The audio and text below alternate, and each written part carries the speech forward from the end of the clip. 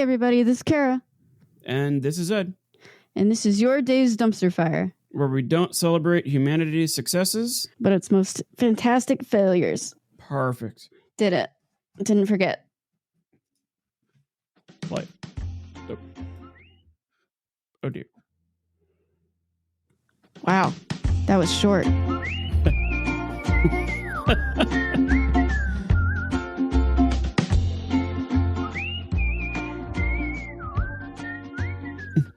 Yeah,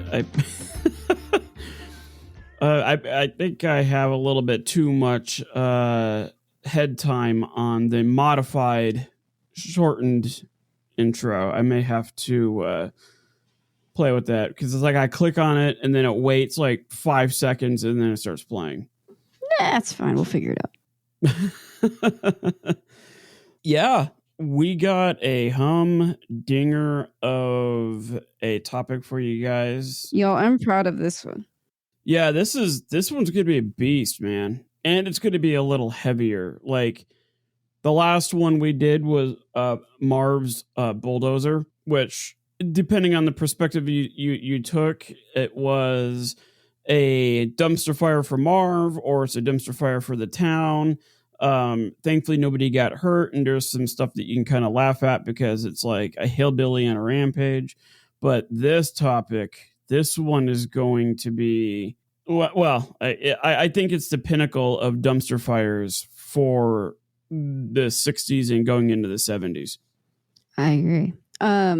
So it's one of those things where I told my class a while ago that if you ever want to know anything about me, you know how when you're in college you have that one class that like kind of helps you find your principles and moralities and all of that stuff. Yeah, that class that like makes you see things different and make maybe I'm more interested in this than that. And maybe a little bit more. This was mine was movements in the 60s. All the movements like civil rights, gay rights, women's rights, all of that stuff. And the biggest one was the Vietnam War anti-war movement. And because that particular movement kind of spread into everything. And I just dove deep into it. Like not just the Vietnam War, like all of the things. All of the 60s. Like, yeah. I'm not kidding. All of it. It's ridiculous. I turned into a hippie for a little bit. Yeah. And you look at the 60s, especially the Vietnam War, it is a massive collection of just like, it's like one movement after another. Like, I don't, obviously I haven't studied it in great detail, but I feel like there was more stuff that happened in the 60s than what happened in America in, say, like the 1850s leading up to the Civil War. Yeah, it's one of those things where it's, to me, I don't like to compare those two events, but they're... Oh, I'm just talking about quantity of things going on. I could see that. Because it's one of those things where, like, 1865 and 1968 are both two very important years for two very different reasons, but we still need to talk about them. Well, I'm equating America 1960s to America 1850s. Okay, I see what you're saying. Okay, I'm with you now. I'm on board. Here we go. Okay. With a lot of the civil rights movements going on back then, and there was the seeds are being planted for women's rights at that time, or being fostered, and then just the protests and the riots, and it's just like one thing after another. And the only thing that we're lacking in the 1850s is a couple of rockets going to the moon or television. And I'd say the telephone. Television's a big one. Yeah, television, and I would even take it one step further and say the invention of the TV dinner. Yeah. Like the microwavable dinner. So now the family, instead of coming home and eating dinner and then going to listen to the radio for the next episode of Buck Rogers. Now you're coming home and you are, as a family, eating in front of a television and watching just the wealth of information that's just pouring out of this thing. And many thought that that would be the end of the human race. Like, television is just like, you're just going to be too addicted to it and you will never focus on yourself and everything will fall to pieces. Sounds familiar, doesn't it? Yes. Thankfully, we didn't fall to pieces with the television. Hopefully, we don't fall to pieces with cell phones. But if you are never hearing our podcast ever again, for whatever reason, it's because the whole cell phone bubble popped and nobody can download our stuff. Great. All right, let's blow this popsicle stand. Yeah. No, let's get into it. I'm really curious. I purposely have not looked at the notes. I didn't dig up my old books on this time period because I just have a real bad habit of just ruining suspense and ruining. Hold on. Okay, I'm leading into an idea here. Just shut up, Ed. hold on. We'll get there. Yeah, we'll get there. So yeah, I have no idea how you're going to approach this. Yeah, I think you and I, when it comes to history, we kind of align, but we have a different little twist on events, which works out, makes interesting conversation, because there's nothing like going to a friend that you want to have a discussion on and you'll be like, oh, hey, this happened because of X, Y, and Z. What do you think? I agree. Conversation end. Yeah, it's all right. I guess we'll move on. So yeah, let's hit it. Let's see. Curious to see how you. All right, let's go. But yeah, like I said before, this time period is my baby. I love it so very much. So let's get it going. The American involvement in the Vietnam War. It is 1965. Lyndon Johnson is president. I Can't Get No Satisfaction by the Rolling Stones is number 1 on Billboard's Hot 100 list. There's a TV in every living room. The Voting Rights Act was passed. Malcolm X was assassinated. No, voting rights was passed in 65. It was the Civil Rights Act that was passed in 64, sorry. Malcolm X was assassinated. R.I.P. Winston Churchill died at the age of 90. R.I.P. I still don't know how he made it to 90. It's crazy, right? Yeah, just morbidly obese, smoked cigars every day, drank a fire hose. Oh, jeez. And I guess so. Good genes, I guess. The president had a reputation in America for being a person that waged war on poverty, segregation, and Vietnam. The August 1965 edition of Times Magazine wrote, he is totally preoccupied with the war and with his pursuit of peace. And while Johnson did his best to move America forward, the war overtook his presidency even after it ended. With all of his good intentions Johnson had, trying to maintain peace in Vietnam, it still ended in failure. But why was it a dumpster fire? Why was America there in the first place? And to answer these questions, we need to go back to the 50s, arguably before, but for our purposes, we'll go back to the 50s. It works. Yeah, it makes sense because when we teach the Vietnam War in a modern day history class, even when you go over the events that led up to that war starting, and then you go and ask the kids, so what was the cause of this war? They're like, I don't know. There's so many things that led into it. It's not like bombing Pearl Harbor and then now you're in a war, or sinking the Lusitania and now you're in a war. Here it's just it's very gradual. Yeah, and it lasts a long time, and also it's not a war. It is a war. It's a police action. In terms of America, it's a police action, but in terms of world history and in Vietnam, it's a war. Yes.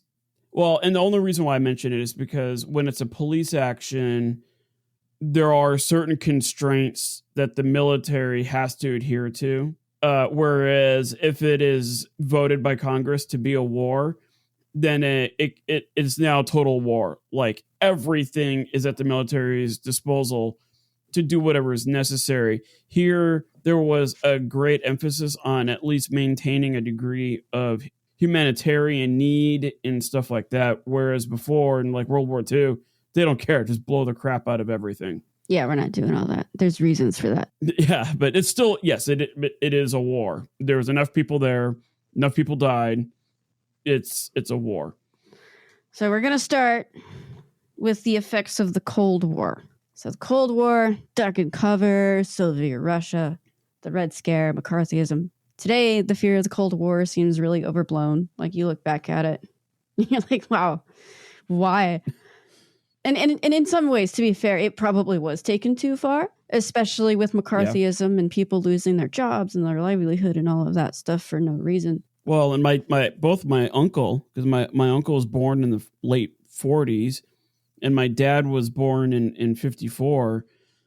You know, like, they remember the propaganda on the television and on the radio, and the propaganda just screamed, what can you do for your country? Democracy this, democracy that, saving freedom for everybody. And it was like the push to be as American as possible in World War II kind of revitalized in a way. Yeah. And there was the international communist threat. There was some, it was grounded in reality. There's something to it. With dictatorships, springing up in communistic societies, it makes sense as to why Americans were scared. And the U.S. resistance to it was something that deserved some merit. Yeah. Well, case in point, look at Oppenheimer. Right. Like, he did have some affiliations with some known communists, but was it really that bad, Congress? Like, do we really have to make this big of a deal out of it, Congress? And like, they could have taken something that could have been addressed at like a level 3 or a 4, but they just blew it to like a level 12. Yeah. And of course, all the media and all that kind of stuff. When China was swept away by a communist dictator, Mao Zedong, the Americans were genuinely terrified, and they didn't want that event to repeat in other countries that they were allied with, especially economically. It would hurt really bad if, like Colombia and Laos fell to communism. Yeah. Well, and then didn't Churchill give that famous speech, like the Iron Curtain has fallen on the stage of the world? Yeah, that's when Berlin was divided. Okay, yeah, because that was shortly after World War II. So there's our boy Winston. There he is. He has to have something to say. Always. In 1950, the Sino-Soviet Treaty was signed by Stalin, Mao Zedong, and Ho Chi Minh. Not long after that, Kim Il-sung invaded South Korea. I'm sorry if I mispronounced that. Senator William Fulbright, who was in office at the time, explained the feeling of people in Congress during this time when communism was spreading. He says, "Here we are in this deadly confrontation with the Russians, and we thought it our duty to thwart them everywhere." So he was in the camp of, we need to make sure that the Russians don't spread their greedy little red hens all over the world. Yeah. The disease of communism. Yeah, it was like a plague. That's kind of how they made it out to be, like being corrupted by communism. And also, quick note about Kim Il-sung. Don't worry if you mispronounce it. Nobody in North Korea will get this anyways. Fair. At the same time, people in the State Department with any knowledge of Asian foreign affairs, traditions, and cultures were kicked out during the McCarthy era, in which everyone was accused of being communist out of fear and speculation. That left a lot of ignorant people in foreign affairs in charge, especially in regards to Vietnam and its leader. And this is going to be a problem when it comes to Vietnam, because they didn't have a full understanding of who Ho Chi Minh was, what was he doing there. They didn't really care. That's going to escalate. A young senator from Massachusetts at the time visited Saigon during the 50s, and he wrote this in his journal. "We are more and more becoming colonialists in the minds of the people because everyone believes that we control the UN and because our wealth is supposedly inexhaustible. We will be damned if we do not do what the new nations want." In other words, what he's saying is we have a reputation that we have to uphold, but also we need to make sure that we can uphold it. I really see the word supposedly inexhaustible. Yep. The reputation. This is the first time I think I don't know, but to me it sounds like this is the idea that, America is running on a deficit, and we have a lot of money, but we got to be careful about bankrupting ourselves. But then we also have to do what the world needs us to do. Yep. You want to take a guess at who that senator was? I believe that was Nixon. That was Kennedy. Kennedy. Oh, that's right. Nixon was he was like a Secretary of State. He met with Khrushchev. Yeah. That's who I was thinking of. Yeah. Wow. During the 50s in Korea, it began to look like a defeat for the UN in the Korean War, expanding the sphere of the spread of communism in Asia. So we have that building on our fear of communism in Asia. But in order to truly understand our dumpster fire, to truly understand this, we do need to look at Vietnam, because it wasn't just communism. The Americans thought it was just communism and some other things, and we'll get to that. But communism was the driving factor, let's say. Yeah, America's really good at finding that common denominator. Yeah. America, I don't want to say good, but we are prone to be like, okay, everything that is going on in the world of American politics is because of this one thing. And it's never that one thing. Yeah, that's not how it works. No. It's because of a billion different things. Yes. But, whenever Americans argue about politics, it's always because of one policy, and it's ruining it for everybody. Yeah, we'll discuss the other factors that lead into this here pretty soon. But for right now, let's just think communism is a driving force. Vietnam in itself is a small country about the size of California, but longer and really narrow. The jungles are lush, and the people had a lot of culture around them. They lived their life in tradition, and family was everything. And it's actually a really interesting culture with a lot of cool history. For thousands of years, Vietnam was ruled by China before they gained independence in 1426. By the 1880s, Vietnam became part of French Indochina by force. So this was during the imperialism craze that was happening in the late 1800s. In his book Vietnam, Sir Max Hastings states that the French occupation had occurred similarly to the American spread of the West, moving the native people to different areas as they went, often displacing them. The French desire for Vietnam was primarily due to the demand of rice and agricultural trade exports. So that's why they really wanted that. French culture began to spread into Vietnam during this time period, and that includes the French language, food, art, religion. The Catholicism began to spread throughout Vietnam. So now we have a camp of, I think it's Buddhists, and then a camp of Catholics, which will come into play a little bit later. Yeah, even all the way up to the point of the war, because I remember talking to one vet, like, we can't attack that town. It's full of French folks. Like, yeah, we got to be careful here. And so, like, the French, they got in there and they did not want to leave, which is kind of shocking because there's a war going on, but, I can't speak for them. Later during the war, many American soldiers would go to Saigon in the South, and they were often reminded of France. They'd go there, and to them, it felt like a small French town in Asia. You can see interviews of veterans talk about what it's like to go to Saigon. They'd have coffee and listen to music. It was really interesting, but it was like a little small French town in South Asia. Despite France's impact on Vietnamese culture, especially in the larger cities, Vietnamese traditions, beliefs, superstitions, all of that really remains strong, especially in smaller rural villages.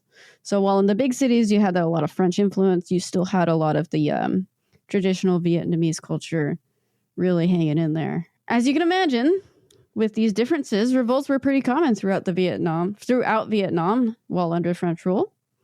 France did lose Indochina to Japan during World War II, but regained control after the Allies' victory over the Axis powers in 1945. The people of Indochina were subjected to heavy taxes to fund France's activity there. At the same time, about 70% of the local farmers and peasants were reduced to selling or working for French planters, French coal miners and owners, French rubber manufacturing owners, and French landowners. There were a few hundred French families raking it in while the native people worked really hard underneath them for very little pay. And by 1943, almost half of Vietnam's land was owned by about 3% of its farmers. The French colonial system also valued the franc more than the local money system, making the cost of living even higher for the local people, especially those living in the smaller villages, while French aristocrats continued to benefit from the colonial systems they put in place. Yeah, I always get a kick out of that because England did it, France did it, Spain not so much, but they would come in and they would basically conquer this land, tell everybody back home, oh, we are helping these people. We are giving them technology and money and resources. And everybody at home is like, cool, look at us. We are spreading what makes us so awesome all over the world. But then when you go to that place in the world, it's borderline slavery. Yeah, it's pretty rough. Under the propaganda that, no, they like it. They want us to do this. Like, that would actually be an episode unto itself, just looking at imperialism, especially like in Africa. Oh, boy, did they get they got ripped to pieces for like no reason. Yeah, it's pretty bad. Imperialism really jacked up a lot of stuff. Yeah. The most prominent revolutionary out of this period for Vietnam especially is Ho Chi Minh. He was born Nguyen Sinh Cung in 1890 in a small central Vietnamese village. He would change his name over 70 times before settling on Ho Chi Minh, creating a persona that people would willingly follow. He's an interesting guy. Did they have like a committee meeting? Just like, okay, let's figure out a new name because the Nguyen Sinh Cung, like, because I've heard it pronounced Nguyen. I feel like that's the American way of saying it.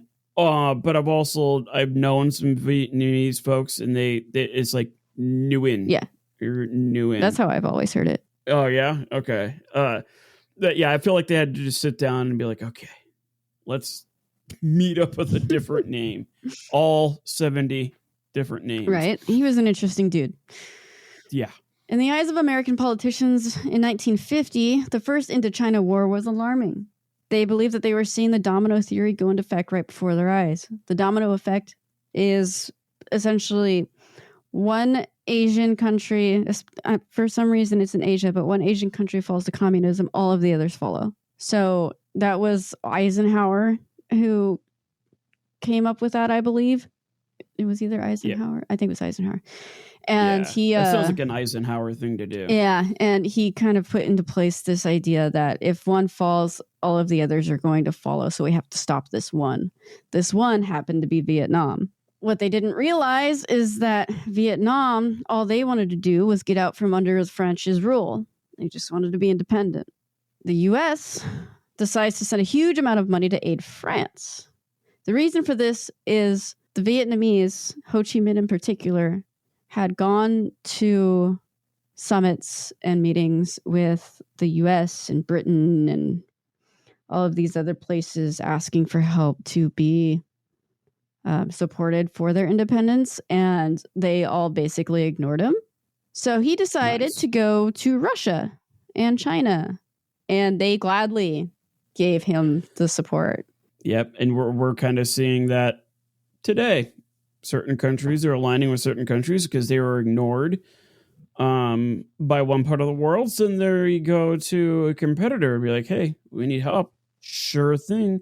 Come on over. Yeah. So when people talk about Ho Chi Minh, he was a nationalist before he was anything else. Yeah. There was obviously there's communism involved and communistic ideologies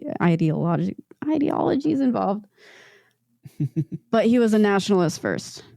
And that's something that U.S. politicians at the time failed to realize. Yeah. Because the way the politicians looked at it is if you weren't for democracy, then there was only communism. Yep. There was nothing in between. There's no gray area. You could have a guy that's like, hey, look, we'll figure out the government thing later.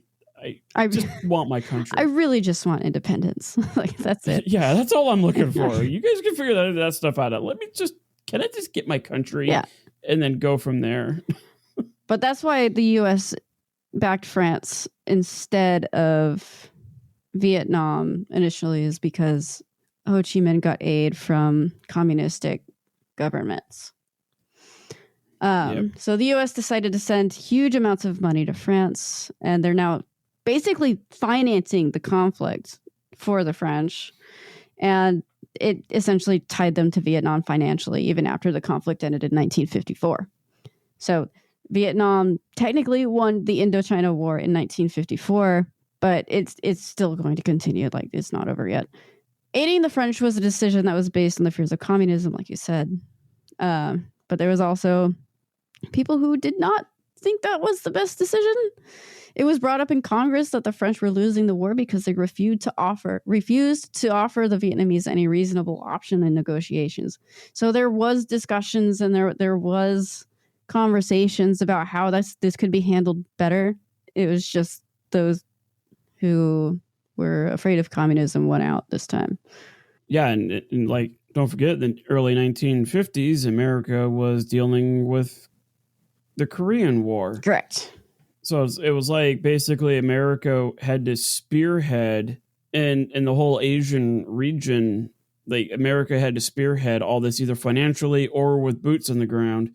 And I bet that blew through so much money when you think about how much it costs to get a military over there on top of funding another country's military to keep it running. Crazy expensive. I think I have numbers in here. I remember typing them. I don't know. We'll see if they're here. Yeah. Anyway. Yeah, big numbers. Big numbers. By 1953, the U.S. was paying for 80% of the war. Oh, here's the number, which amounted to about $1 billion per year. Eisenhower took Truman's policies, the guy before him, and ran with them without question. He was like, this is good. We're going to keep going. Even the British government, they were like, what are you doing? $1 billion a year? $1 billion per year. And the British government went to Eisenhower and they were like, why? Oh, my word. That is wild. And that's 1950s money, not today's money. That's 1953. Yeah, because I think like the whole space program to put a man on the moon was like $3 or $4 billion. Yeah, something like that. So that's a lot of money. It's a lot of to money. Be just throwing at a cause that nobody knows anything about. Correct. Jeez. From this standpoint, the Americans had their eye on the Vietnamese affairs to make sure that communism did not spread, the domino theory again. And they believed that if communism spread into Vietnam, it would go to Laos, it would go to Cambodia, and it would go to other parts of Asia that the U.S. cared more about. Like, let's face it, they didn't really care about Vietnam that much. It wasn't economically benefit to them. It didn't make sense. Yeah, but strategic. If you're going to go off of this domino theory, then I guess that's what they're going for. They genuinely believed this, though. Like, they genuinely believed the world would be taken over by communist dictators if they didn't stop it. So it's hard. It's hard to not fault them, but you have to remember the time period. Yeah, and especially when you look at like Taiwan or at that time, I think it was Formosa, and then you look at Japan. There was a lot of economic prosperity associated with those two countries that were closely aligned with America. So again, it boils down to this thing that I've said it a million times, like, nothing happens in this country unless there's money to be had. And I wonder if like Japan and Taiwan, if they had absolutely, like, America can make absolutely $0 off of it, if they would have pushed the spread of communism a little less? Or do you think it would have been, nope, we can't have the communist spread? It would have been, we can't have the communist spread. Oh, it's that strong, huh? Yeah. Man, that's wild. Yeah, it was that strong for them. Okay. The Vietnamese people witnessed a lot of war atrocities from both the French and the Viet Minh. The Viet Minh were the little communist coalitions that were starting to form, led by Ho Chi Minh. So we don't have like a fully realized communistic government quite yet, but the Viet Minh are the brainchild of that. In a lot of their points of view, they felt that being under the Americans could be better than being under France. They at least had the money, and they are helping other countries in the world. This view is especially true for people in the peasant class. Life for the Vietnamese peasant class was generally centered around rice. Working in rice paddies was a tough job. Work included paddling in the water uphill, generally at nighttime because it's too hot during the day, fertilizing, weeding, and cutting. It's hard work. Some peasants worked in towns, and if they had the means, and the culture of the peasants was centered around the family and their village. This peasant class was full of culture and tradition, and prominent religions were Catholicism and Buddhism, depending on the village. There was still a lot of hardship, illness, and poverty, especially in the South. So in South Vietnam, we have a lot of people who work super hard. They are still traditionally close with, whatever they believe in. Catholicism and Buddhism were kind of sporadically spread out. There is a point where they separate. In the South, Ho's reputation spread and people began to form a smaller fighting force in his name. People were willing to convert to communism if it meant a better life for their family, but that didn't mean it was perfect. For example, children of those who turned to communism were taught to read, and they went through education programs, and it sounds really great. In some areas, though, people who couldn't read were constantly humiliated in various ways, and it was a conform or be punished kind of direction where victims were reminded that the cruelty was warranted for the greater good. So yeah, it sounds great. We're going to read and we're going to try to be better and all of this stuff. But if you don't do that, then we're going to brutally punish you. Yeah. And the reading was probably propaganda leading towards a certain way. Probably. Because you could ask these poor farmers back then, hey, what's a communist? And they're going to be a commu who? Yeah, they wouldn't know. Yeah, because they're just trying to work. They're just trying to live in Vietnam. They're just trying to make it. Not be the middle of some socioeconomic, geopolitical, governmental way of thinking. Right. If the Viet Minh decided that somebody was a French spy, they were brutally and publicly murdered. One party's catchphrase was, better that a possible innocent dies than that of a guilty man escapes. That's a great way of thinking. The complete opposite of Revolutionary War America, but okay. The Viet Minh would target landowners or government holders that had more wealth than they did, particularly in 1947. That was a bad case. Basically, if a person was French or wealthy or worse or both, that was grounds for a very brutal murder. So good times. So that's kind of a rehash of what life was like. A little bit chaotic. A little bit of which side are you going to be on? And then we get to May 7th, 1954, and the 1954 Geneva Accords. Good old Geneva Accords. Yeah, that's a party right there. Oh, yeah. If you want to see a bunch of old stuffy men talk about settlements. Yeah. It's great. Yeah, it's like, imagine watching that during C-SPAN. Woo, that's a good time. Yeah. Whew. I'm only going to spend 4 bullet points on this, so it's fine. You're welcome. You're so welcome. So the Vietnamese forces overtake the French base Dien Bien Phu, and the French commander calls for a ceasefire. During the 55-day battle, 3,000 French troops were killed and 8,000 were injured. The Viet Minh lost 8,000 men and 12,000 were injured. Despite the difference in numbers, the exhausted French decided to enter peace negotiations in Geneva. Politically, the Viet Minh and their supporters in Russia and China understood that after the Korean War, they did not want U.S. troops in Vietnam. They did not want that. It's a bad day. While the French understood the state of their army, the Viet Minh understood the political stances of their supporters. This would be the basis for peace talks between the two sides. On July 24th, 1954, an agreement had been written. In a series of documents known as the Geneva Accords, it was decided that Vietnam would be split between North and South, with a demilitarized zone in the middle along the 17th parallel of the country. I read it as the DMZ zone. They're the DMZ, demilitarized zone. So I botched that first word, and I'm sorry. Anyway, the communist Viet Minh would travel north, and they would stay north, while the French forces and the Vietnamese, who are not part of the Communist Party, would stay south. Have they? Nobody during any of this ever look at, you know, the 1850s leading to the 1860s America? Like, I don't think the Vietnamese or the French cared.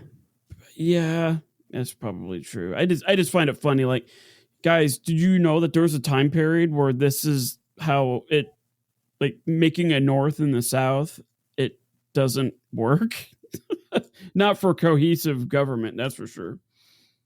Well, the goal was to have this division so they could figure out what kind of government each side wanted, and then they were going to hold elections. Yeah. So that was the original purpose of this. And it was decided that Vietnam would be considered independent, and then they would hold their elections in 1956, 2 years later, to decide what kind of government they wanted to be. And that didn't happen. Shocker. Yeah, that did not happen. And can you kind of understand at this point why I'm saying it's a little bit more than just communism as to why this was a little bit of an issue? Yeah, it's one of those things where there's just so many loose ends all it's so much converging and like, and you look at any civil war, it seems like that's what it is. There's so many loose ends that they couldn't figure out.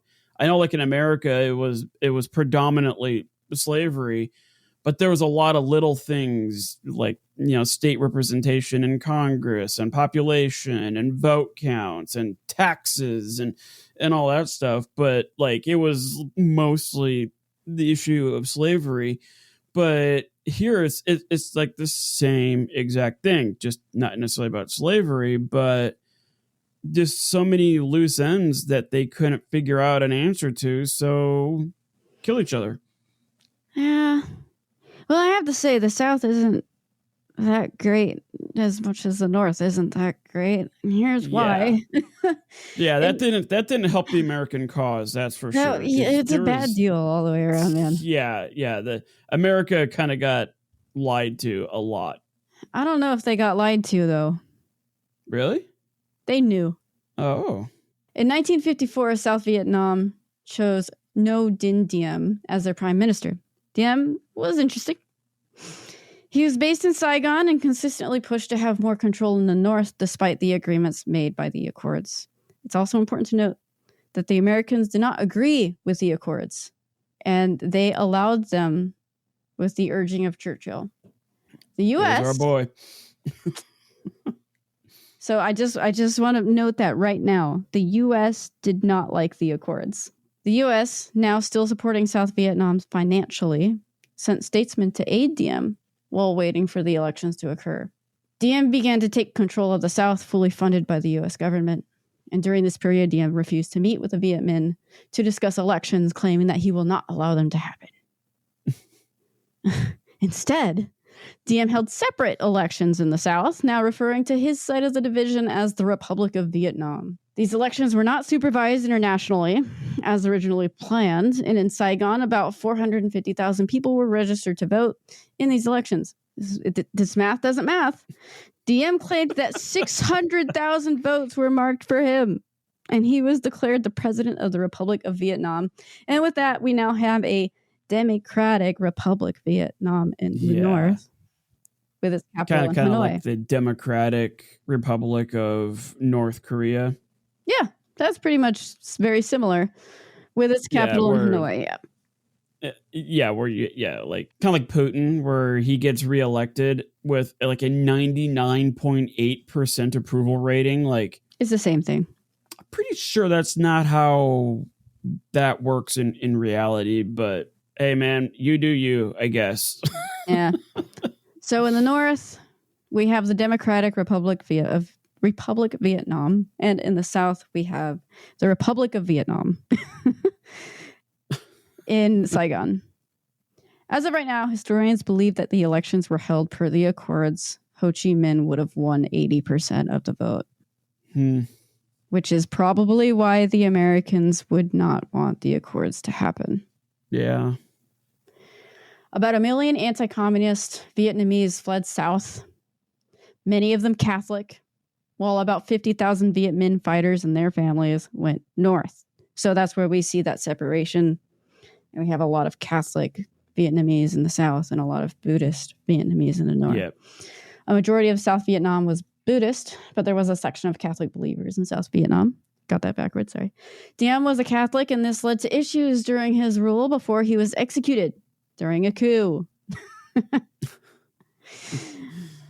Diem used his power in South Vietnam to create a dictatorship with himself at the helm. The people in the South were none too happy about this, while officials saw this as an opportunity.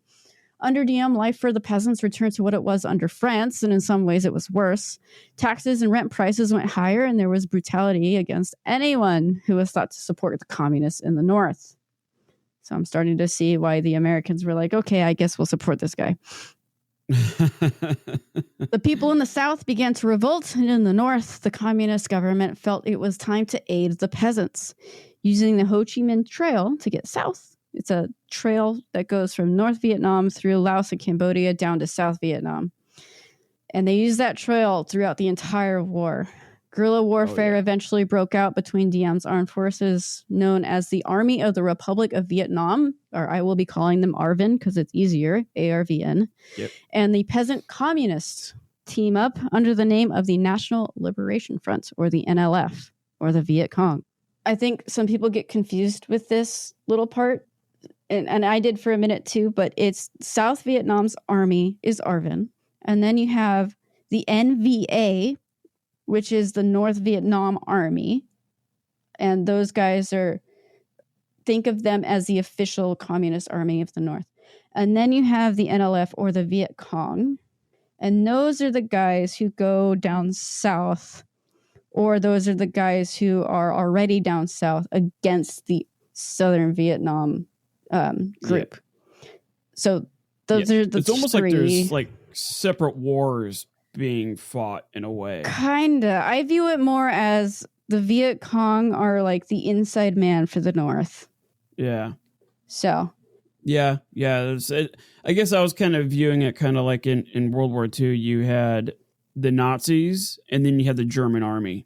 And they kind of worked independently of each other, even though they were both fighting, the rest of the free world. I could see that. But I think the Viet Cong and the NVA worked together more closely. Meanwhile, in America, from 1955 to 1961, the U.S. provided South Vietnam with $2 billion in aid, along with engineers. I want to know what that is today. We can do a conversion, I'm sure. Okay, $2 billion. What is that? 1955? Yeah. To today worth. Okay. Let's see here. Hundreds, thousands. Okay. $23.5 billion. Sick. By today. Awesome. So that's how much the U.S. provided.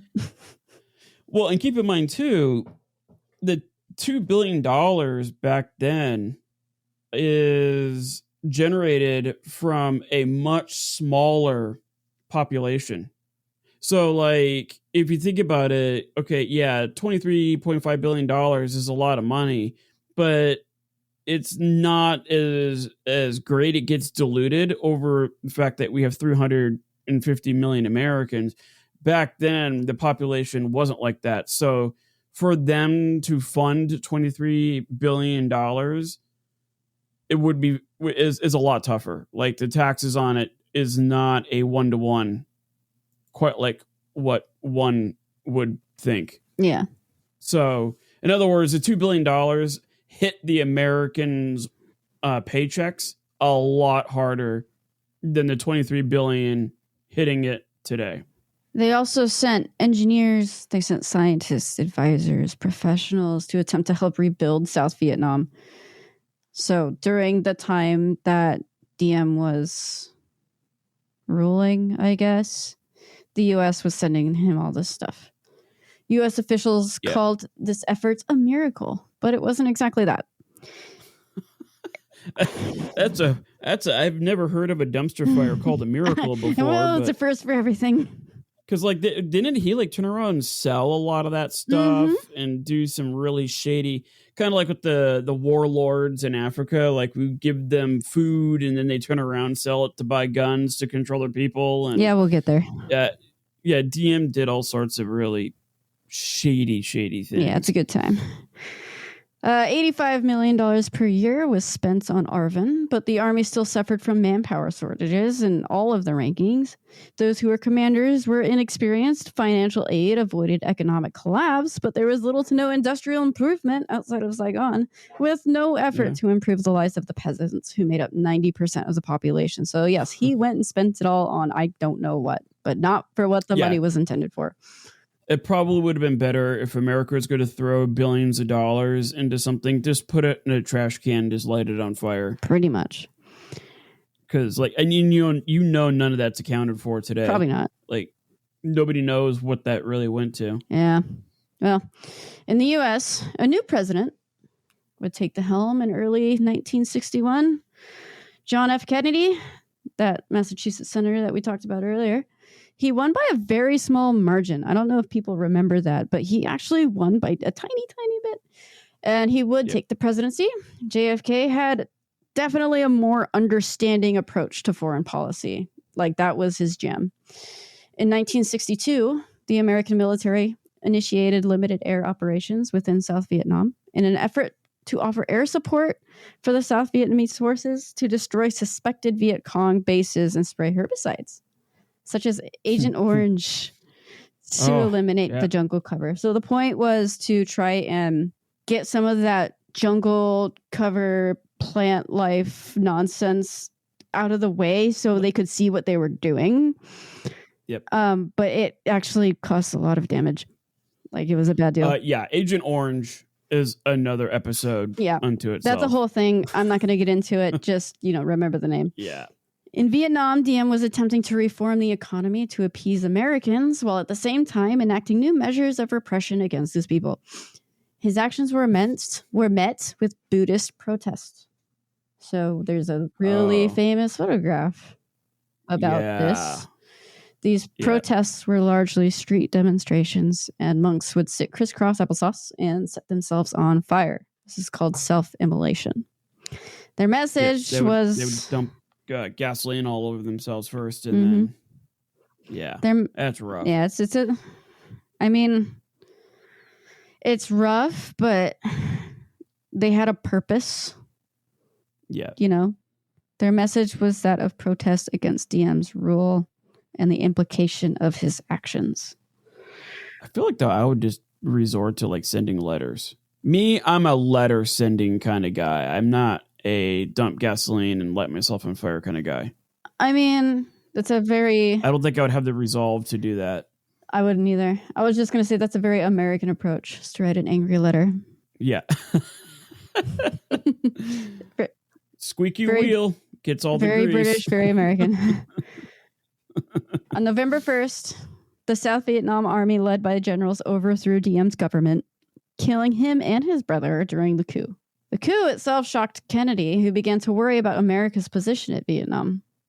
At this point, he had more than 16,000 servicemen, millions, if not close to billions of dollars had been spent, and 109 Americans have already died there. In mid-November of 1963, Kennedy ordered a complete and detailed review of American policy in regard to Vietnam. He wanted all of the details. He wanted to know everything so they could safely disengage. A week later, he was assassinated. Interesting. Because I would have been really curious to see what that report concluded. Yeah, I don't know. We don't know. That's I didn't. I mean, obviously, I knew he was assassinated, but I had no idea that request for that report was done just as early as a week before. Yep. And this is one of the arguments that historians will argue about all day, every day. Historians still argue today whether or not Kennedy could have avoided war in Vietnam.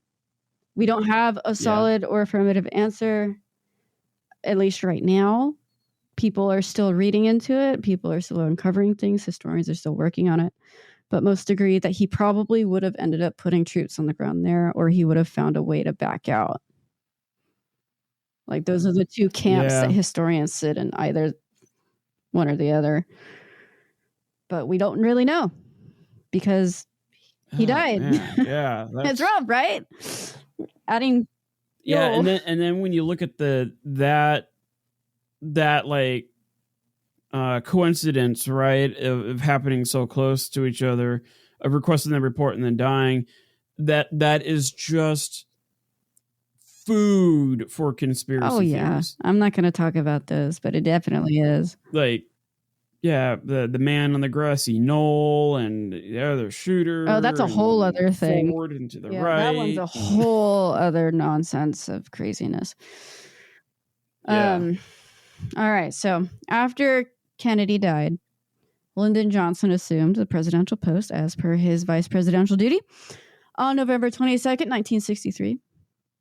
Johnson was definitely more comfortable in domestic politics. Like, foreign affairs was not his jam. That was Kennedy's jam. Despite that, though, he was adamant about the war's success. And soon after Kennedy's death, he did state to one of his ambassadors, "I am not going to be the president who saw Southeast Asia go the way China went." So I'm going to kind of go back to why did America enter this war? 1, the domino theory. Okay. 2, the fear of communism, which kind of is related to the domino theory. 3, all of these presidents didn't want to be the president to lose Vietnam to communism. And then we'll get to the 4th one soon. But all of these presidents, Johnson, Nixon, Kennedy, they did not want to be the president to lose a communistic war. Yeah. Meanwhile, civil rights movement going on. Oh, we'll get there. And there's like, they've got, yes, Vietnam, but then the rest of America was kind of chaotic in its own right. Right. And again, Johnson was definitely more comfortable in that regard. Domestic politics, that's his jam. He's ready for it. Johnson's presidency had a lot of domestic successes. He passed the Civil Rights Act. He passed the Voting Rights Act. He made progress in the space program. He expanded Kennedy's want for the space program. He made additions to the Social Security Act for the elderly. He made Medicare and Medicaid possible. He made it what he called a war on poverty. He was really trying to get these social reform movements through for people who really needed it. But despite these successes, Johnson's decisions for Vietnam would follow him until his death in 1973. Meanwhile, while that's going on, South Vietnam, I love it. South Vietnam was in dire straits without stable leadership. Johnson was told that if they don't rebuild soon in South Vietnam, they would fall to communism.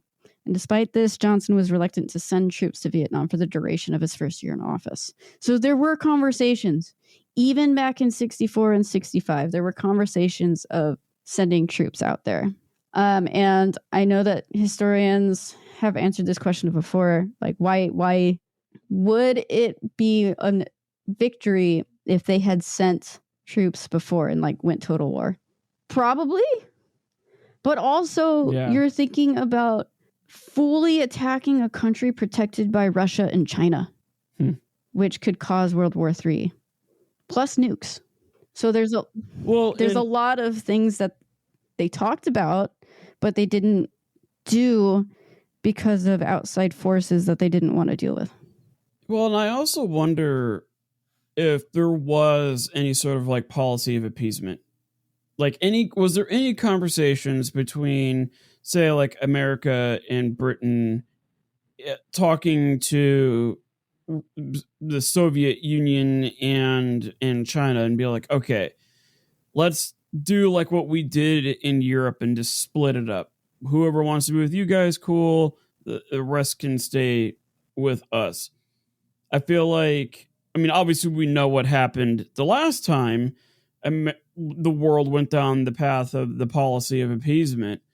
But I wonder if there were any discussions between the Democratic side and the Soviet side.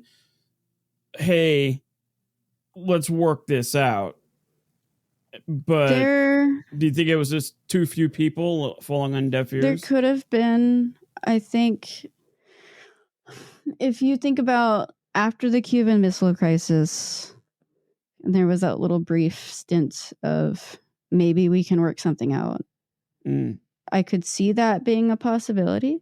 But because of the complexities of Vietnam in its own right, I don't think it would have worked. You're not going to get enough people to align. Yeah. On any one thing. And on top of that too, because of who was in office at the time, JFK put a lot of guys in there they looked good on paper, right? A lot of military generals and World War I and World War II vets and all this stuff. The problem was they weren't very good at politics. They didn't have a lot of political experience, and they didn't have a lot of experience negotiating and avoiding war. They had a lot of experience in war, but they didn't have a lot of experience avoiding war. And sometimes it's not the best route to send people whose only thing that they have training on is making war. Yeah. To a situation where, hey, we need you to solve this diplomatically so there isn't going to be a war. Just and JFK learned that the hard way with the Bay of Pigs. That was a disaster because he listened to his military.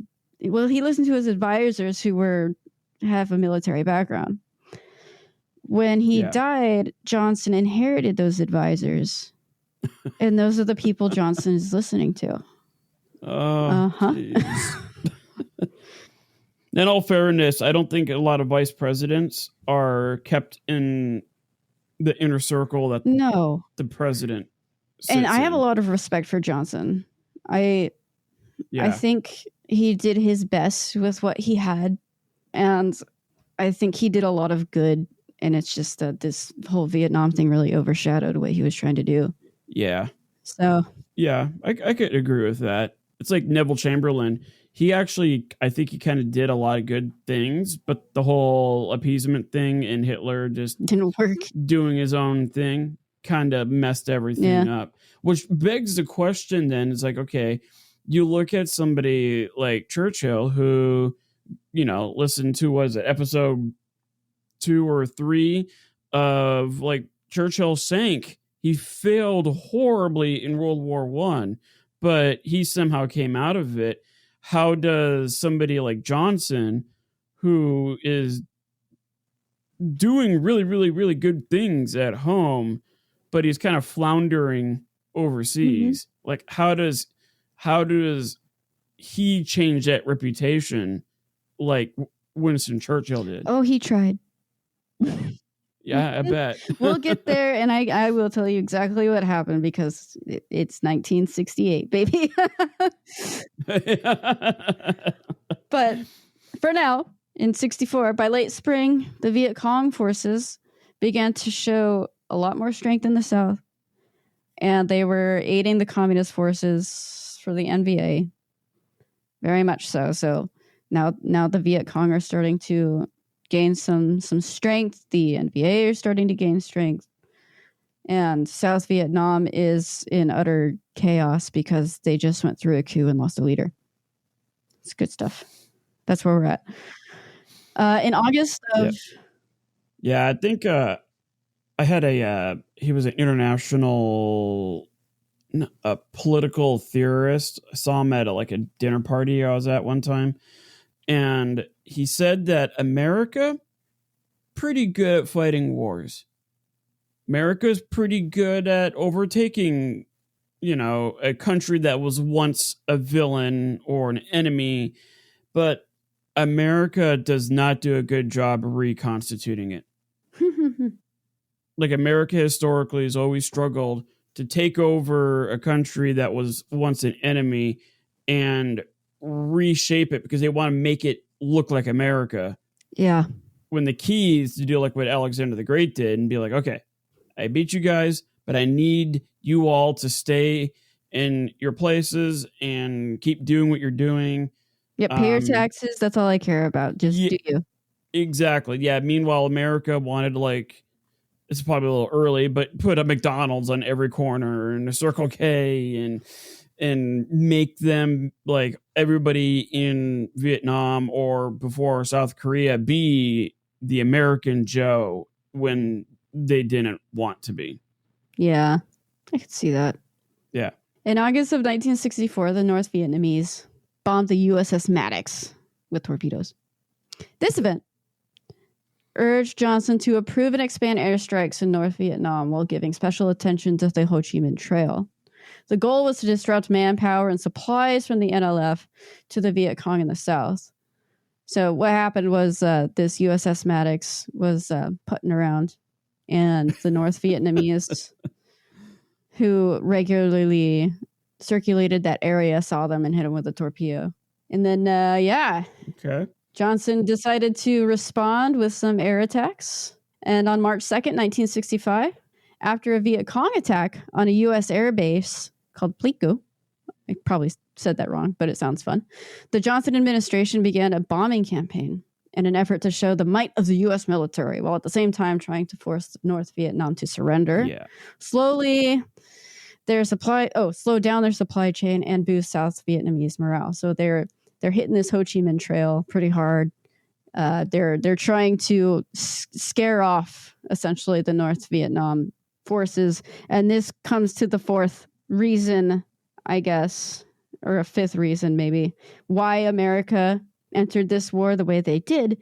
Is they're coming off of World War II, big man on campus, right? They have this reputation of being awesome and we can win every war. We have lots of money. Cool. It's going to look really, really cool. Some cool toys, but it's going to look really, really bad if they lose to some little country that has been under a French rule for the last however many years. Yeah. So now they have a reputation to keep.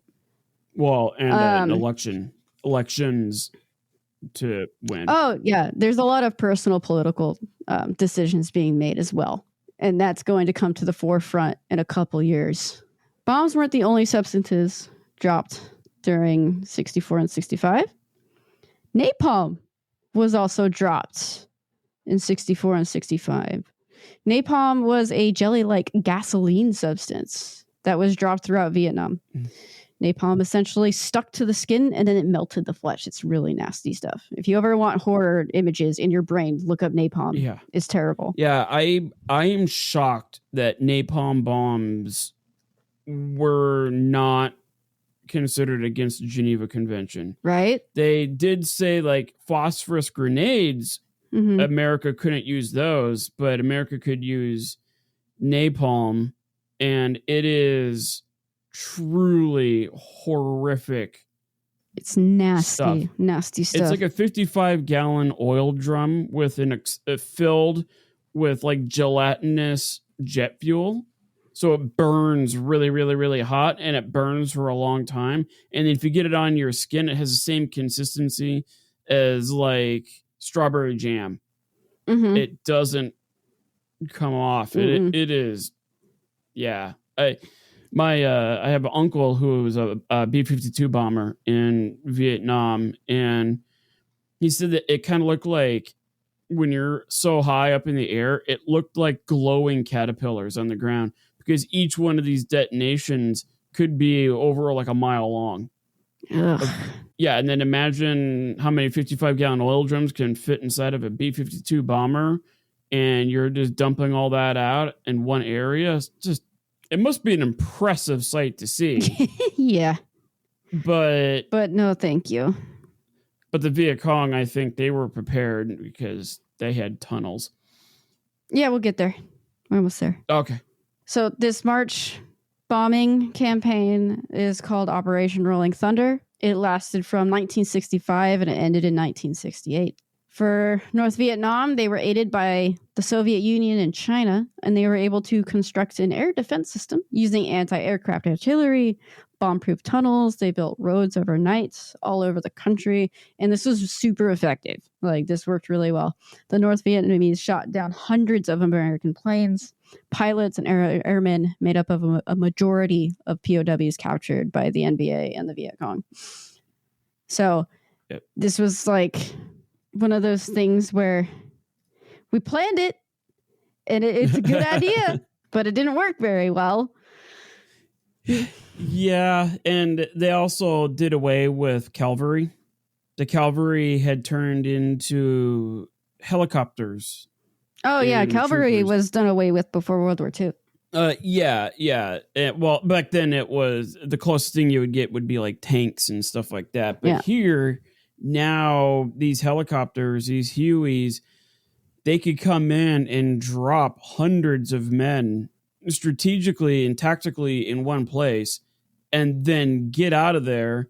And then if they needed to get pulled out, they could come in and get them out really, really fast. That was kind of like America's response to all the tunnels that the North had. Because wasn't there like over 1,000 miles of tunnels or something like that the North had put together at some point in time? I don't think that's the right number, but it's a wild amount.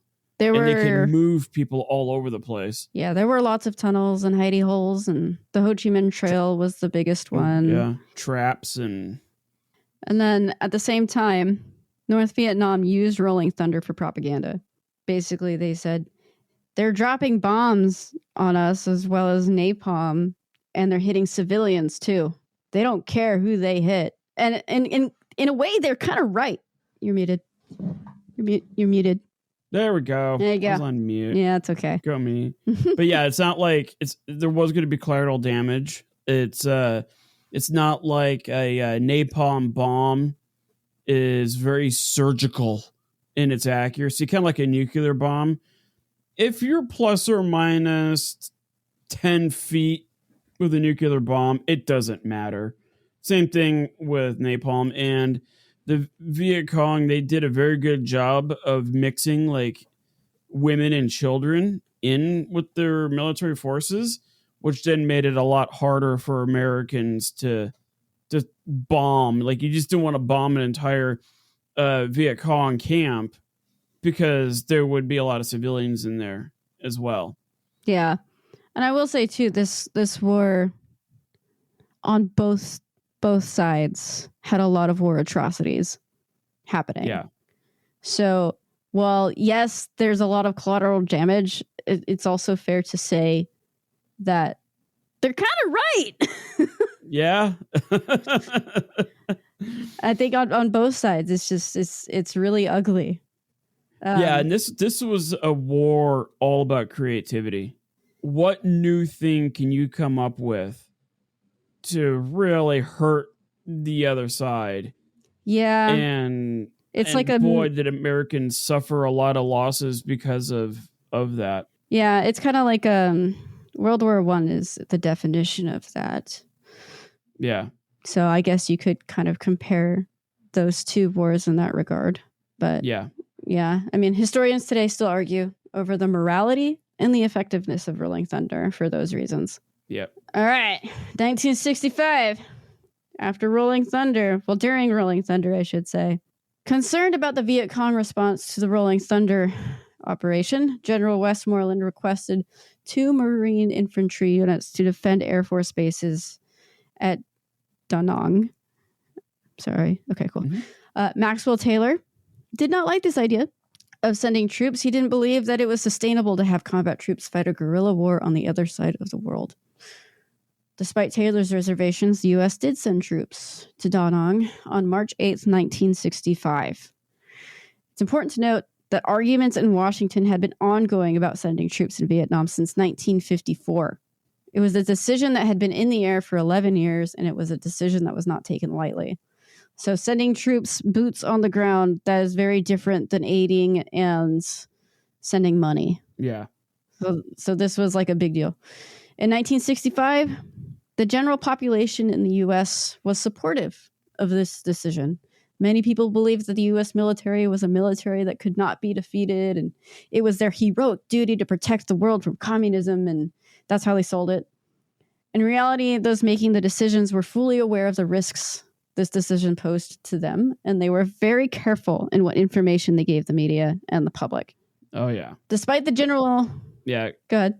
I was going to say, it because this was, and I'm sure you cover it here, but this was the first televised war. Oh, yeah, we'll get there. Yeah, nothing could be kept a secret. Like, if there was stuff going on the ground, the media would find out about it, which I think that played a huge part in turning the public against this war. Yeah, we'll get there. It's a big deal. I'm not reading ahead, I promise. No, you're fine. You're good.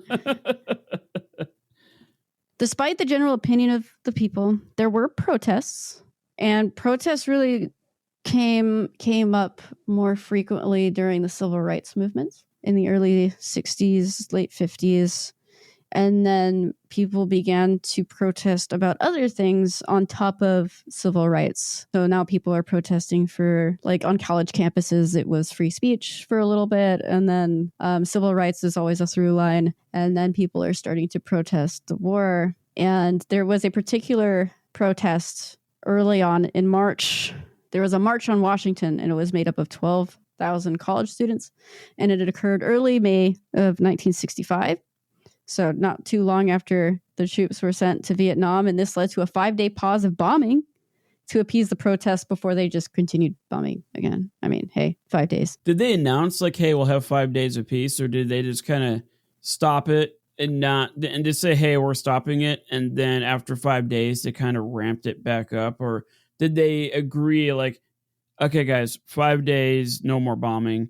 I think it was 5 days, no more bombing, to just, like, calm them down. Kind of like with the whole thing with Hamas and Israel. Like, Israel will have to stop their forces for humanitarian stuff to come in, and then it'll pick back up. Yeah, I think stop, and then I think it's something like that. Yeah. The general opinion of this decision is that the U.S. overestimated their abilities and underestimated the abilities and complexities of the Vietnamese. Yeah, I would agree with that.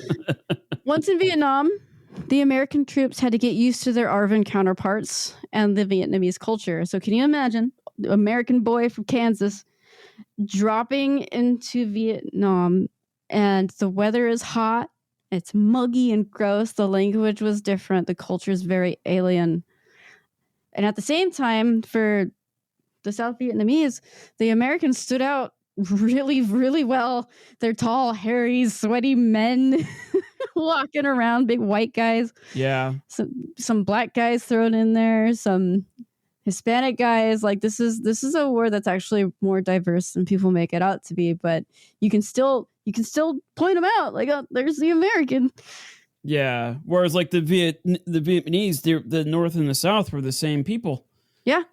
And I know a lot of the ARVN, there was officers in there that were actively selling the North, like, American locations and plans and all that stuff, because, well, they think I'm on their side, so I'll get a bunch of information from the Americans, and then just, like, turn around and give your counterpart a call in the North and be like, oh, America is good to be up here at this time. Oh, yeah. And be prepared. Yeah, that happened especially in the beginning, and with troops who were new. Green troops, green grunts. They called them grunts because their packs were so heavy. When they lifted them, they always grunted. So if you ever want to know where that came from. For the Americans, it was increasingly difficult to pinpoint who was ARVN and who was Viet Cong. The Viet Cong's tactic was to blend in with villages up and down the country, and they used their environment as well to blend in and surprise attack enemies. One infantryman said, "My time in Vietnam is the memory of ignorance. I didn't know the language. I knew nothing about the village community. I knew nothing about the aims of the people, whether they were for or against the war." I was confused. I can only imagine what that was like. Well, and something that I think really gets overlooked, and I see you're going to get into the television part, so I'm not going to hone in on that as much. But when we think of the soldiers going into Vietnam, they were highly trained Oh, kids, yeah. I and Go ahead.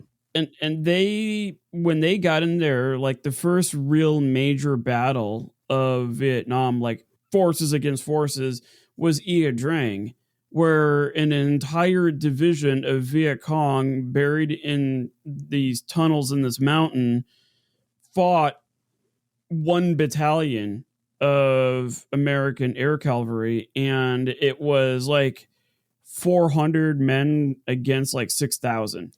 Yeah. And somehow the Americans, with their more advanced artillery, the use of the helicopters, just the more accurate guns, the training, they fought well. They really, really did. And I think people lose sight that these guys really did Oh, yeah. do a pretty good job. Yeah, no, they did. It's nothing on them, too. I think if you talk to anybody who knows their history, they never blame the soldiers for this conflict. The soldiers are never blamed.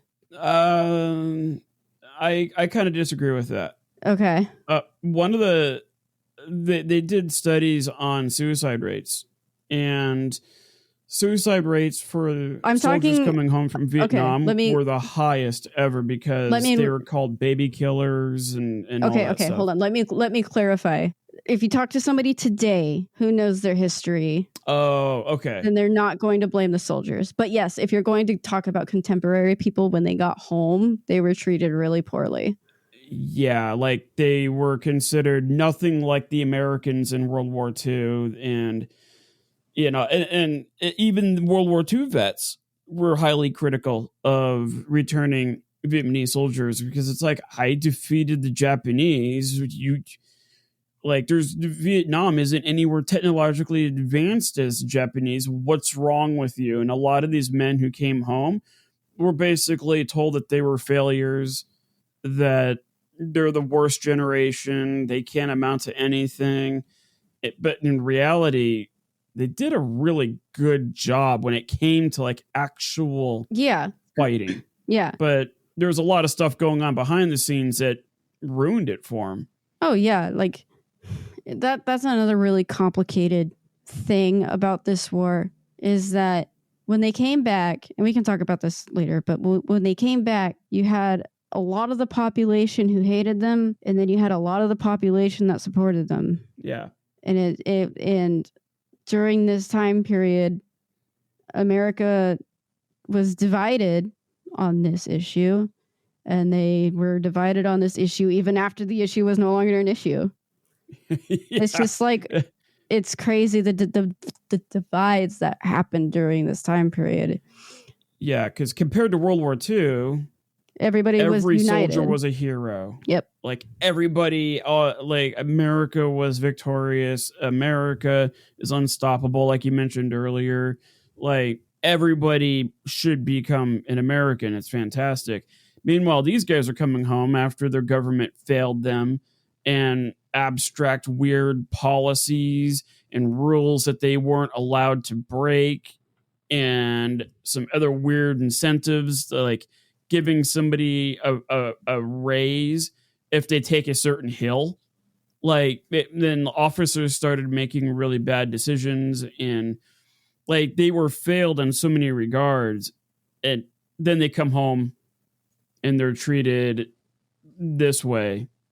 Yeah. It's just, I knew a lot of them. I knew a lot growing up in that retirement community that were retiring when I was in my teens. And it was interesting getting their stories. But over time, though, I think America and even World War II vets over time was like, okay, war sucks. Yeah. It doesn't matter who you're fighting or where you're at. It's a poo show. Yeah, it's just no bad. No matter what. Yeah. It's just bad. So I'm glad that changed. But it was brutal back then. We're going to go back to 1965. Okay. rise, especially back in the US, television and news broadcasters began sending reporters to Vietnam. In the US, about 93% of homes had a television, and once troops hit the ground, those news stations, they wanted to capitalize on that action. And they wanted to increase those numbers because that's gold, TV gold right there. So while the government was careful in what they told the public, the media was participating in making Vietnam the first televised war in history. So that's going to be an ongoing thing, and it's going to really hit home here in a couple of years. By the beginning of 1966, there were up to 250,000 troops in Vietnam, with Saigon becoming a hub for American soldiers. General Westmoreland took great care of his soldiers' morale. He wanted to make sure that their tour on duty was limited to 1 year. Saigon would have food, supplies, even ice cream.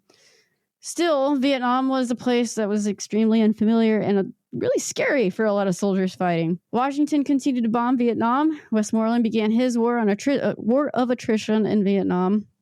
And the goal was to get Hanoi to surrender against the might of the American military.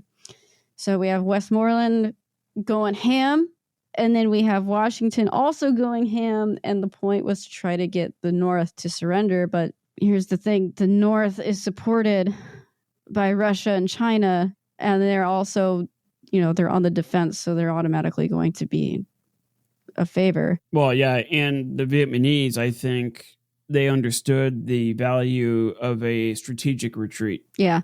And very much like the Russians in Napoleon's Russia campaign, they would put up a fight and then just out of nowhere retreat, and then the Americans would chase them and then get ambushed. Mm-hmm. That happened. It happened a lot.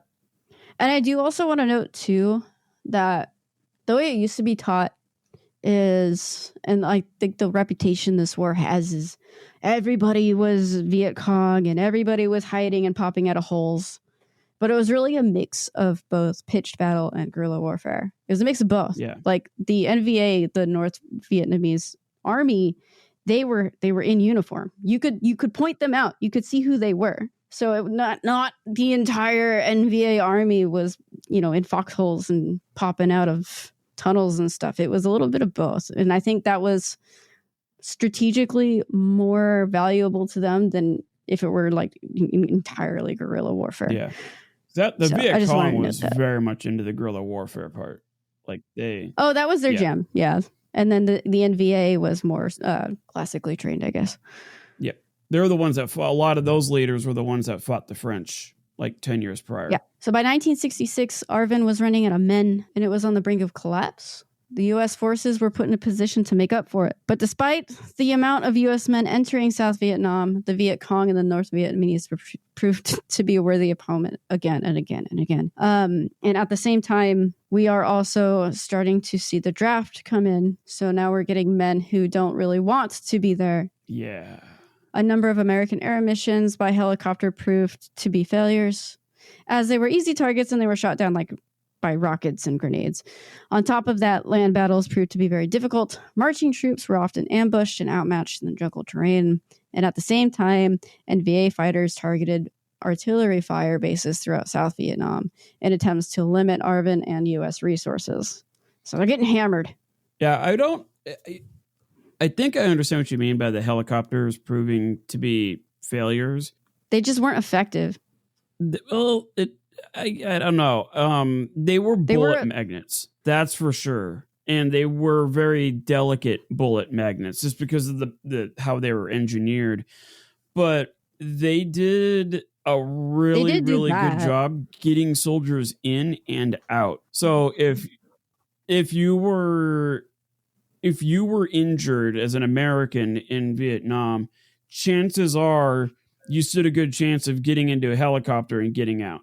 Whereas if you're on the north side, you were just there until it's ready to pack up and leave or whatnot. And the other thing, too, that the helicopters did a fairly decent job with was reconnaissance. And so they would fly up super high, and then they also did a lot of air support. So like the helicopters, because they had machine gunners on there, they had grenade launchers on there. it's really weird in terms of like, was it a device that proved to be divisive and really won the day, say like a tank would in, or like the M1 Garand in World War II is regarded as like the finest rifle ever made. Is the Huey that thing? No, but it really did give American strategists an option. And when there was quite a few times, like Lieutenant Colonel Hal Moore commented on the Battle of Ia Drings, like there was no way we could have won that fight without those choppers. There's just no, they would have ran out of bullets and water in 24 hours and then been screwed. So I'm not saying they were completely useless. I'm saying that these particular missions in 1966 were failures. Yeah, like I guess in many aspects, what they thought they were going to be good for, it wasn't. Yeah. But then they became good at other things. Right. They figured it out. Repurposed, I guess you could say. Yeah. I'm not going to go into a ton of details in terms of battles because we would be here all day. I can't. Yeah, that's more my jam. But yeah, I'll refrain from nitpicking it. It's okay. That'd be like me nitpicking the home front. Yeah. But, and I trust me, I had to control myself. But here we go. March 5th, 1966, we have a Viet Cong attack on a U.S. brigade and is fended off by the U.S. air support. On March 7th, U.S. forces were attacked by Viet Cong again, but were forced to retreat from heavy artillery. In April to May 1966, Operation Birmingham, more than 5,000 U.S. troops, helicopters, and armored vehicles sweep through the area north of Saigon. Only 100 Viet Cong were killed, and most of the battles during this operation were dictated by Viet Cong, not the U.S. May to June 1966, battle breaks out along the demilitarized zone between NVA and U.S. forces. The largest battle to date, ARVN and U.S. forces are able to drive the NVA troops back over the DMZ. June 30th, 1966, U.S. forces are attacked by Viet Cong and the Vietnam-Cambodian border. Only air and artillery support were able to prevent complete disaster. July 1966, NVA lose nearly 1,300 troops. October 1966, Viet Cong prepare a new offensive with support and reinforcements from the Ho Chi Minh Trail. By the end of 1966, the number of U.S. soldiers in Vietnam reached 385,000 men. Yep. More than 6,000 troops were killed and 30,000 were wounded. 61,000 Viet Cong had been killed. However, the number of troops increased to 2,800 or to 280,000. Numbers are hard. Numbers are hard, man. Let's just say that the Viet Cong and the NVA forces are able to replenish their troops a lot faster than the U.S. Yeah. For obvious reasons, like the distance is immense. Yeah, they would sustain a lot more losses, but they were able to get reinforcements quicker. Yep. January 1967, Operation Cedar Falls begins and ends with U.S. and ARVN troops finding huge quantities of supplies. The 19-day operation resulted in 72 Americans KIA from snipers and tunnels and booby traps. 720 Viet Cong troops are killed. February 1967, Operation Junction City. 240 helicopters sweep a province north of Saigon with a goal of destroying Viet Cong bases and headquarters in the south. Despite the huge number of helicopters, 30,000 U.S. troops, and 5,000 ARVN troops, no major battles occurred, and the U.S. received a bunch of resources. They did not, however, destroy Viet Cong headquarters. April to May 1967, air battles over North Vietnam result in 26 downed NVA jets, as well as heavy damage to North Vietnamese runways and air infrastructure. And the fall of 1967, the NVA in Hanoi began preparing the Tet offensive. Yeah. I'm going to end it with this little lovebird of quote. On the home front, pressure is building amongst the public opinion of the war. By 1967, a growing number of people, even those who were in the midst of their own reform movements, such as civil rights, began becoming more outspoken. Quote, then came the buildup in Vietnam, and I watched this program broken and eviscerated as if it were some idle political plaything of a society gone mad on war. And I knew that America would never invest necessary funds or energies in rehabilitation of its poor so long as adventures like Vietnam continue to draw men and skills and money like some demonic destructive suction tube. So I was increasingly compelled to see the war as an enemy of the poor and attack it as such. Perhaps a more tragic recognition of reality took place when it became clear to me that the war was doing far more devastating the hopes of the poor at home. It was sending their sons and their brothers and their husbands to fight and die in extraordinarily high proportions, relative of the rest of the population. Martin Luther King Jr., April 4th, 1967. That guy could write. You know, when I was reading that, I was thinking, I really cannot speak like Martin Luther King. I'm going to do my best. Yeah, like Vietnam continued to draw men and skills and money like some demonic, destructive suction tube. Yeah. That is just so... It's like when Oluwada Equiano was commenting that like slavery is a refinement of human suffering. In terms of like, that's all humans do is just figure out a way to make each other suffer. That's kind of like Martin Luther King's, statement about, war in general and what it takes. That's he's a heck of a writer. That guy. Yeah, him and a lot of other civil rights leaders before 67, they were kind of in a hard spot because at home, they didn't want to take attention away from what they were trying to do. Mm-hmm. And it started to become increasingly more difficult the worse the war got and the more televised it was. And essentially in this really famous speech, he says all of this, but also he says, and I need to make sure that my opinions are heard. So, yeah, we'll end it there. It was Mr. King, Dr. King. And then we'll take it up next time with the Tet Offensive and 1968. Heck of a year. Yeah, I like how... I don't like, but I can see how this is already a dumpster fire. Already, you can see it. It's not. Yeah, it's not like the American Civil War where it was humming along smoothly until like Gettysburg, and then it started to go literally south for the South. Right here, it just started off as a hot mess, and just got worse. And the thing is, I'm looking at your bullet points of time here. Like America, when it came to a large scale attack, kind of like what America was used to in World War II, when it came to a large scale attack, it did better. Kind of like Napoleon did better when he could square up against the Russians and outmaneuver them, out-strategize them, out-cannon them. The same thing like with the American Revolutionary War.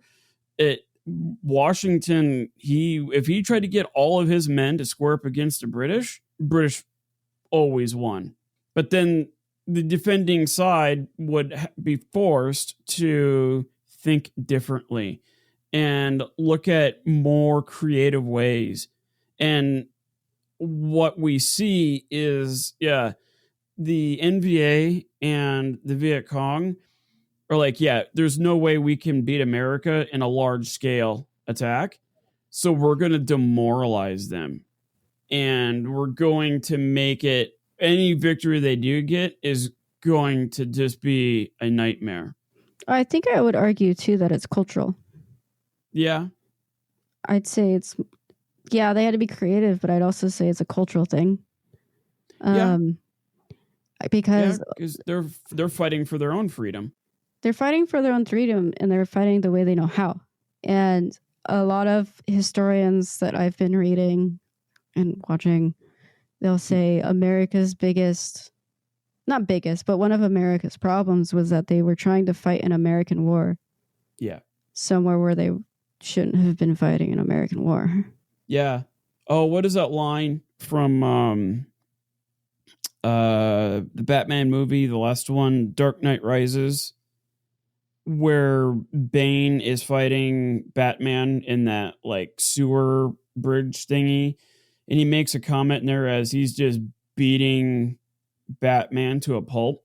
He makes a very interesting comment. He's like, "Victory has defeated you, Bruce." Yeah, that's Meaning, relevant. just because you win, like when you win something, you don't learn much. Mm-hmm. The time to learn is when you lose. And since America was so powerful, so massive, and so influential that They thought that was going to work. yeah, they thought it was going to be a quick, easy in and out thing. And no, Yeah. nope. Draw it out for as long as possible. Eventually, the public will turn.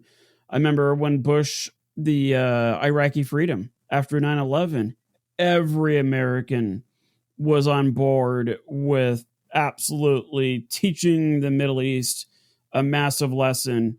But then over time, as it goes on for like over a decade, it's like, okay, what are we here for again? Like, what are we supposed to be doing? Like, you kind of lose your purpose.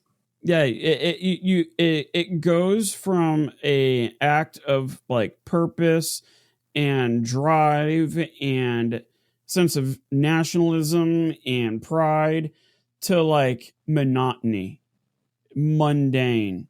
It is the 9 to 5 Monday through Friday thing, and but you're being thrown curveballs on after hours, and it's just like where is this going? And it kind of, I think, led to just burnout. I think in some ways it did. Just like a social burnout in terms of what people were seeing at home on the televisions. After, I bet like the first year, 2 or 3, it was like, cool. Yeah. Like, this is awesome. But then when it's every single night, it's just... Well, it gets worse and worse and worse. Yeah, it doesn't get better. And yes, it's true. And then by the time you do get to 67, 68, they're at a dead stalemate. Yeah. And you're like, what are we doing? Yeah. It's just like when you or your fellow soldiers start forgetting why they're there, the war is pretty much over. Yeah. You lost. If you lose the home front, you lose the war. Yeah. And if you lose your purpose. Oh, yeah. That's... What are you fighting for? Yeah, like why am I even here? And then therefore you're not going to try anymore. Right. You're just going to do the bare minimum to just get home. Right.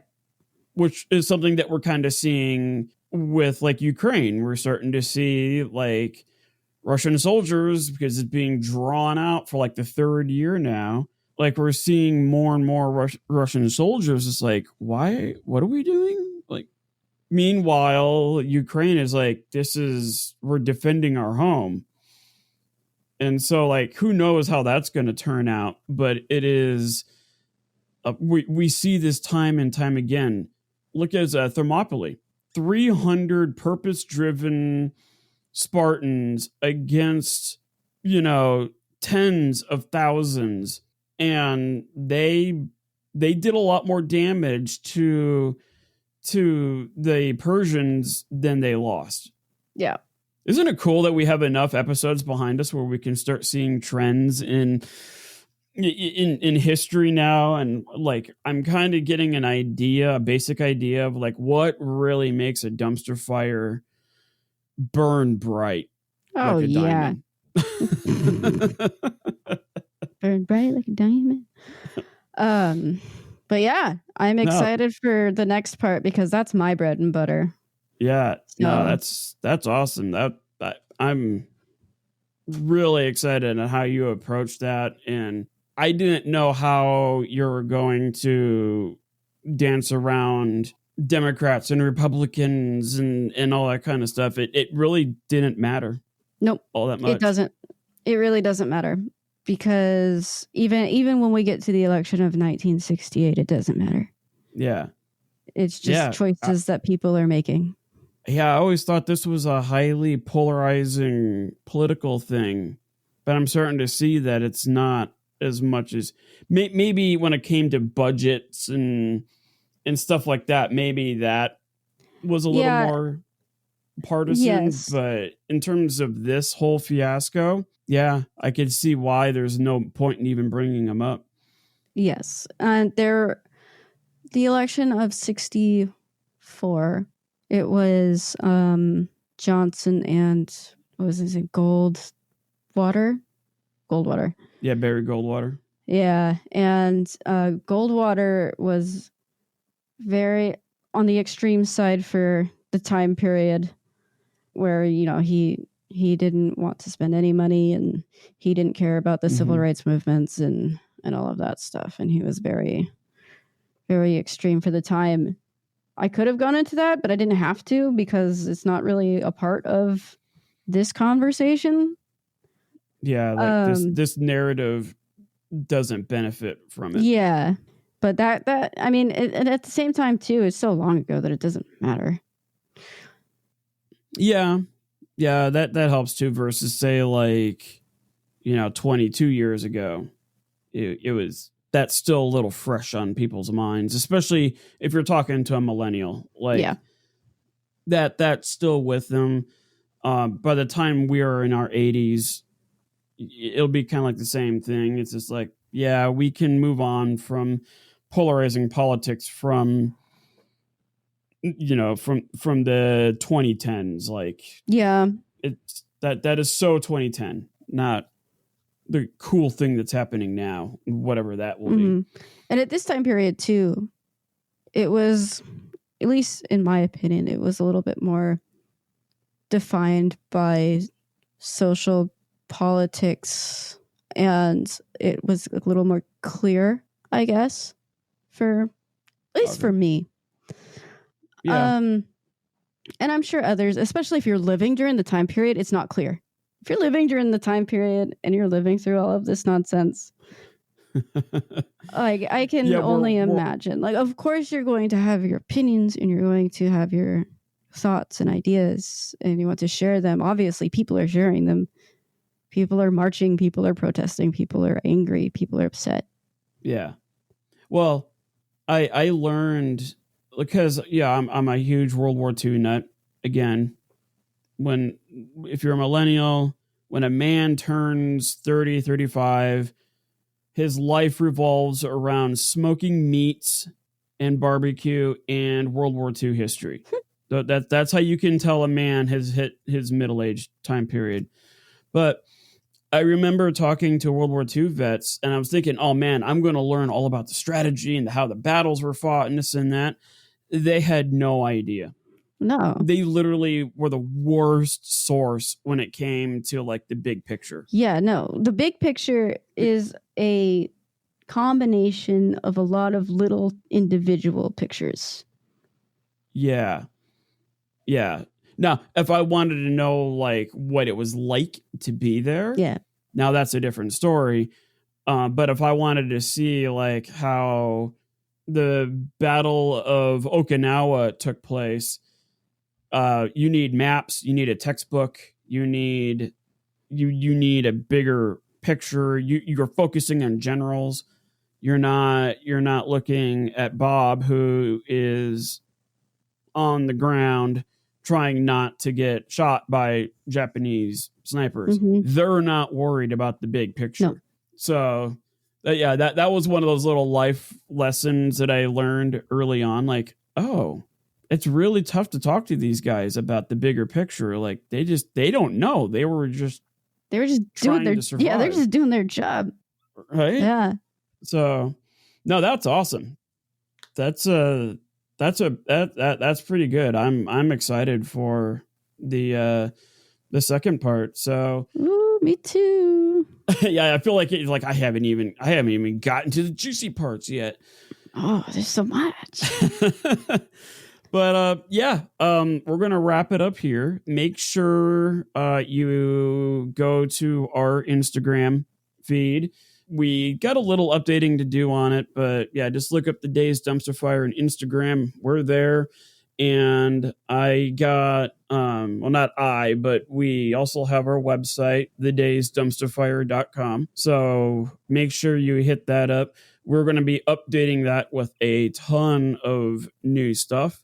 And then you can send us a text message or send us an email. So if you go to our we have the link there where you can actually send us a text message. It's not very good to reply back on, but it is something that, hey, if you want to get a message straight to us and you want us to kind of call us out on something in an episode, yeah, like send us a text message and we'll do a bit of a shout out. Same thing with getting more and more people to subscribe. Make sure you are talking to people about the podcast. Bring it up at a work meeting. I bring it up to my students' parents. It's like, yeah, within reason. So like, don't be afraid to bring this up, especially if you were learning something from this, or, if you're younger and your perception about how something works has changed, or how you feel like, especially emotionally, if you feel like you're a failure. No, this podcast is designed to make you very proud of the things that you've accomplished and your wins. Yeah, go out there, tell people, bring it up when you're carpooling. Just direct people to our website. We can be found on iTunes. We can be found on Spotify and Amazon and YouTube now. So we're everywhere, and don't be afraid to just put yourself out there by putting us out there.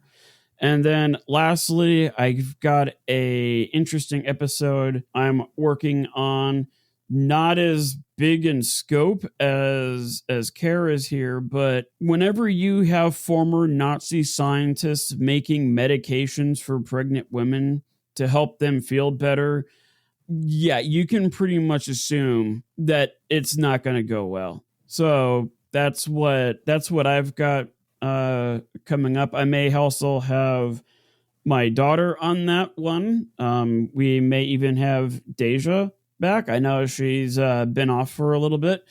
I think, I think she's kind of wrapping up some training and all other fun stuff. So she should be coming back, and I will try to have my oldest daughter on.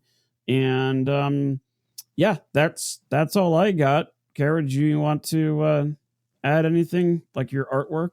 Yeah, I mean, I guess if you want to check out the art that I've got going on, you can see the good old Instagrams at kmsmalls.draws. I try to make art for episodes that come out here and there. I do have some updating to do. I have some French Revolution stuff that I got to put up there, and a surprise piece of art for Ed.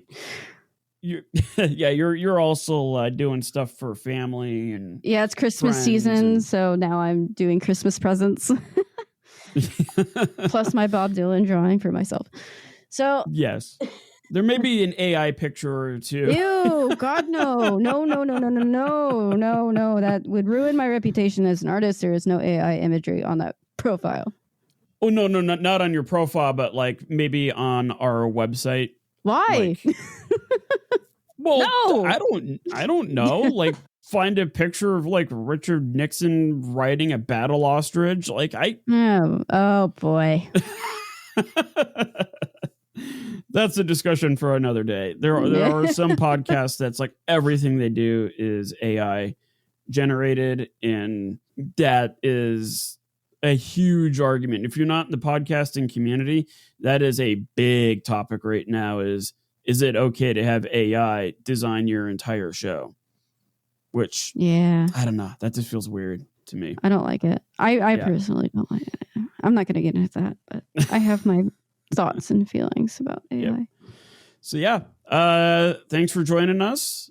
Stay tuned for part 2 of Vietnam War Fire. And we will catch you next time. Bye. Oh wait, I forgot to say, keep it a hot mess. Yeah. Bye.